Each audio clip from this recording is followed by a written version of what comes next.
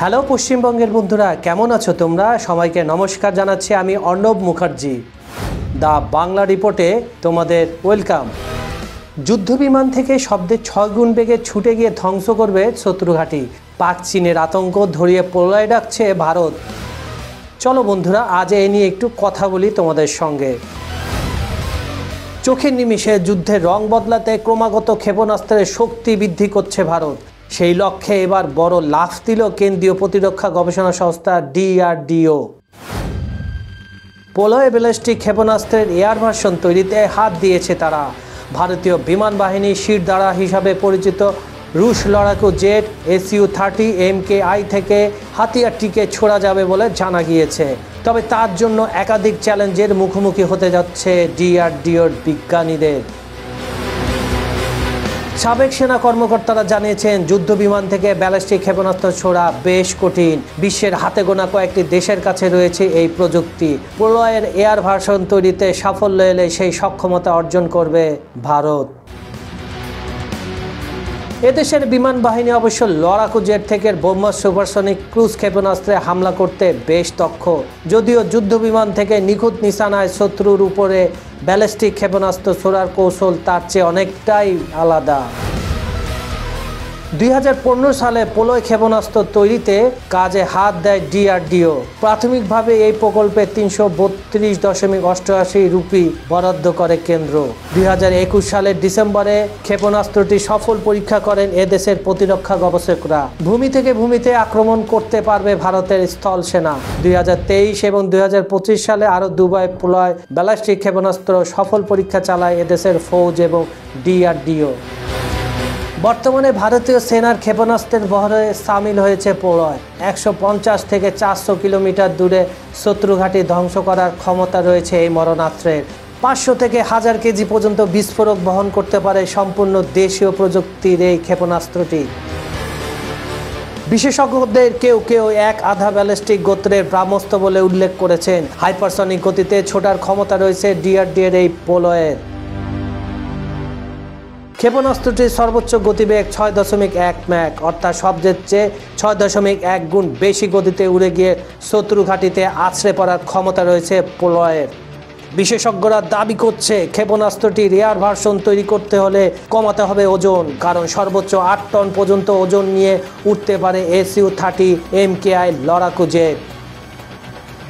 Su-30 MQ-তে যে ব্রহ্মাস্ত্র supersonic cruise ক্ষেপণাস্ত্র ব্যবহার করা হয় তার ওজন 2.5 টন। সংশ্লিষ্ট মন্ত্রণালয়ের চেয়ে প্রলয়ের দৈর্ঘ্য এবং ওজন দুটোই বেশ বেশি, আর তাই এয়ার ভার্সনে ক্ষেপণাস্ত্রটির ভেতরে একাধিক পরিবর্তন করতে হবে।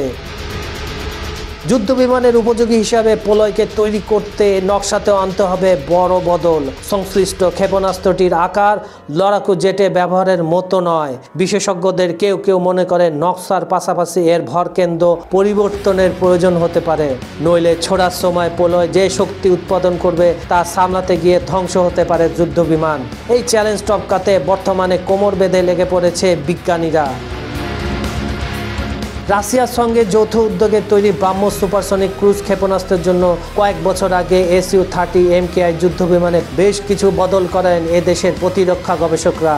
এই পরিস্থিতিতে ফের প্রলয়ের জন্য ওই লড়াকু জেটগুলোকে পরিবর্তন আনা বেশ কঠিন হয়ে পড়বে।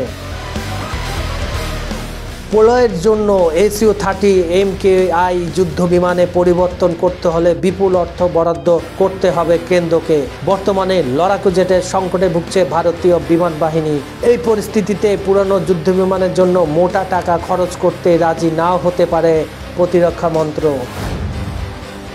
1997 সালে ভারতীয় বায়ুসেনার বহরে সামিল হয় Su-30 MKI। রাশিয়ার জনপ্রিয় প্রতিরক্ষা সংস্থা সুখোয়ের নকশায় তৈরি লড়াকু জেটটি মার্কিন নেতৃত্বাধীন ইউরোপীয় শক্তিজোট উত্তর আটলান্টিক চুক্তি সংস্থা বা ন্যাটোভুক্ত দেশগুলির চেনে ফ্লাঙ্কার H নামে। রুশ প্রতিরক্ষা সংস্থা সুখোই প্রযুক্তি হস্তান্তরের পর ঘরের মাটিতে Su-30 MKI তৈরি করা শুরু করে কেন্দ্র। তবে এর ইঞ্জিন সহ বেশ কিছু গুরুত্বপূর্ণ অংশ নির্মাণের অনুমতি হেলকে দেয়নি মস্কো। চুক্তি মাফিক পরবর্তী দশকগুলোতে নয়াদিল্লিকে সেগুলো সরাসরি সরবরাহ করে গিয়েছে ক্রেমলিন। ফলে ইঞ্জিন সহ সংশ্লিষ্ট যন্ত্রাংশ জুড়ে এ দেশের কারখানায় লড়াকু জেটটি নির্মাণ সেভাবে সমস্যার মুখে পড়েনি। পোলয় ছাড়াও এবছর আগস্টে আরও একটি উচ্চ ক্ষমতা সম্পন্ন ক্ষেপণাস্ত্র পরীক্ষা করবে DRDO। আর এর জন্য ভারত মহাসাগরীয় এলাকায় নোটিশ টু এয়ার মিশন বা নোটাম জারি করেছে কেন্দ্র। ক্ষেপণাস্ত্র পরীক্ষার সময় বিমান চলাচল অত্যন্ত ঝুঁকিপূর্ণ, সেজন্যই আগাম সতর্কতা হিসাবে এই নোটাম জারি করার নিয়ম রয়েছে।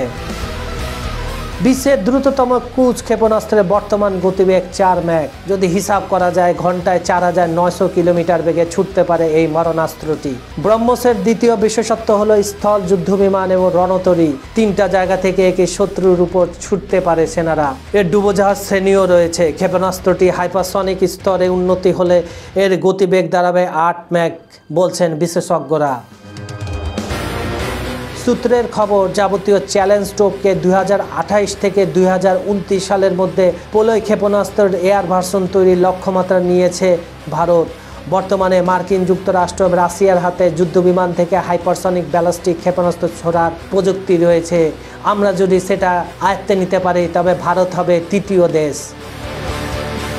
ওয়াশিংটনের হাতিয়ারটির পোশাকি নাম air to ground missile 136 tactic rainbow. মস্কোর এই প্রজাতির অস্ত্রটিকে দুনিয়া চেনে কিনজয়েল হিসাবে। ইউক্রেন যুদ্ধে এটি ব্যবহার করেছে ক্রেমলিনের ফৌজ। ওয়েস্ট বেঙ্গলের বন্ধুরা, আজকে মিসাইল নিয়ে টপিকটা তোমাদের কেমন লেগেছে কমেন্টে জানিও। কাল আবার দেখা হবে। জয় হিন্দ।